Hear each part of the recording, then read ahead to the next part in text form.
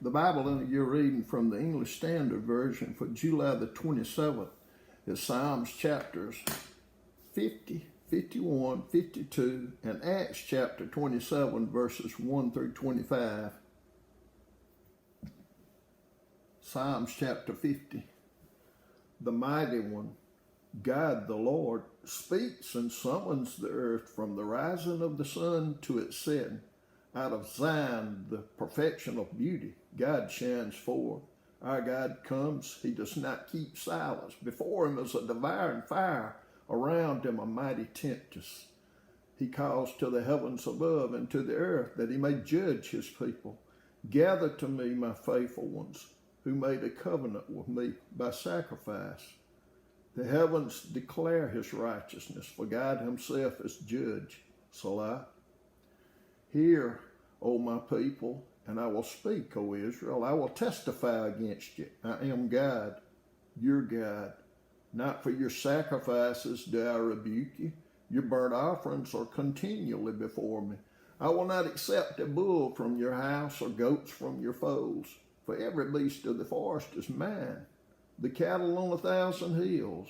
I know all the birds of the hills, and all that moves in the field is mine. If I were hungry, I would not tell you, for the world and its fullness are mine.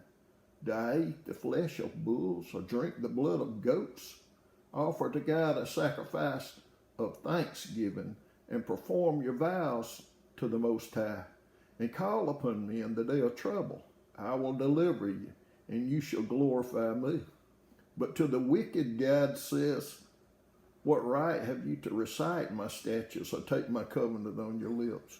For you hate discipline, and you cast my words behind you. If you see a thief, you are pleased with him, and you keep company with adulterers. You give your mouth free rein for evil, and your tongue frames deceit. You sit and speak against your brother. You slander your own mother's son. These things you have done, and I have been silent. You thought that I was one like yourself. But now I rebuke you and lay the charge before you. Mark this then, you who forget God, lest I tear you apart and there be none to deliver. The one who offers thanksgiving as his sacrifice glorifies me. To one who orders his way rightly, I will show the salvation of God. Psalms chapter 51. Have mercy on me, O God, according to your steadfast love, according to your abundant mercy. Blot out my transgressions.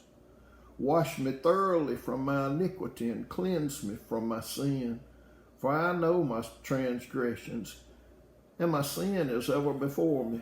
Against you, you only, have I sinned and done what is evil in your sight, so that you may be justified in your words and blameless in your judgment. Behold, I was brought forth in iniquity, and in sin did my mother conceive me.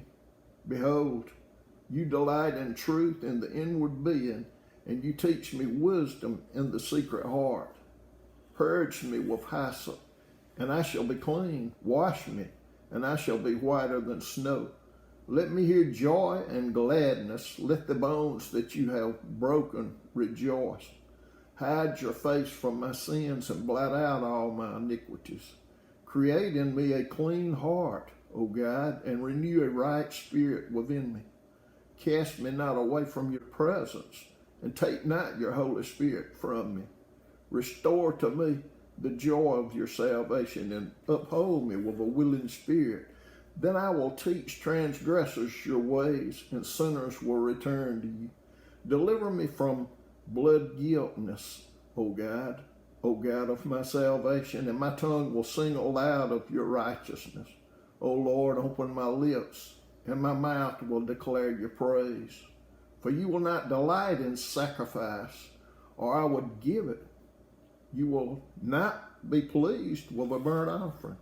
The sacrifices of God are a broken spirit, a broken and contrite heart. O God, you will not despise. Do good to Zion in your good pleasure. Build up the walls of Jerusalem. Then will you delight in right sacrifices and burnt offerings and whole burnt offerings. Then bulls will be offered on your altar. Psalms chapter 52. Why do you boast of evil, O mighty man? The steadfast love of God endures all the day. Your tongue plots destruction like a sharp razor, you worker of deceit. You love evil more than good, and lying more than speaking what is right. Selah. You love all words that devour, O deceitful tongue, but God will break you down forever. He will snatch and tear you from your tent. He will uproot you from the land of the living. Selah.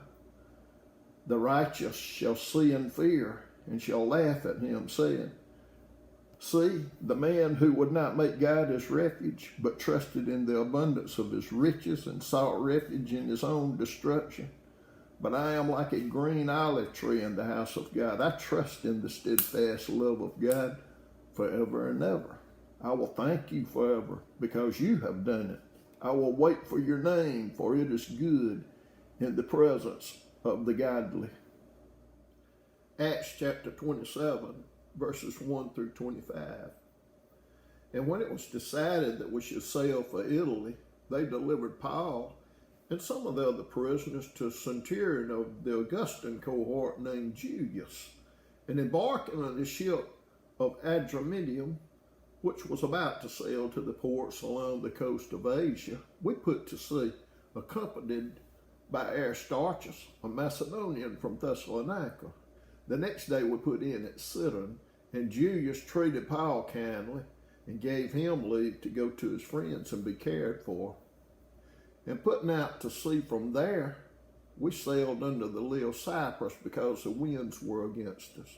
And when we had sailed across the open sea along the coast of Cilicia and Pamphylia, we came to Myra in Lycia. There the centurion found a ship of Alexandria sailing for Italy and put us on board. We sailed slowly for a number of days and arrived with difficulty off Cnidus, and as the wind did not allow us to go farther, we sailed under the lee of Crete off Salmone.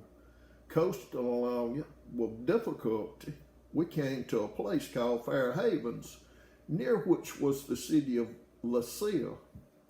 Since much time had passed and the voyage was now dangerous because even the fast was already over, Paul advised them, saying, Sirs, I perceive that the voyage will be with injury and much loss, not only of cargo and the ship, but also of our lives. But the centurion paid more attention to the pilot and to the owner of the ship than to what Paul said.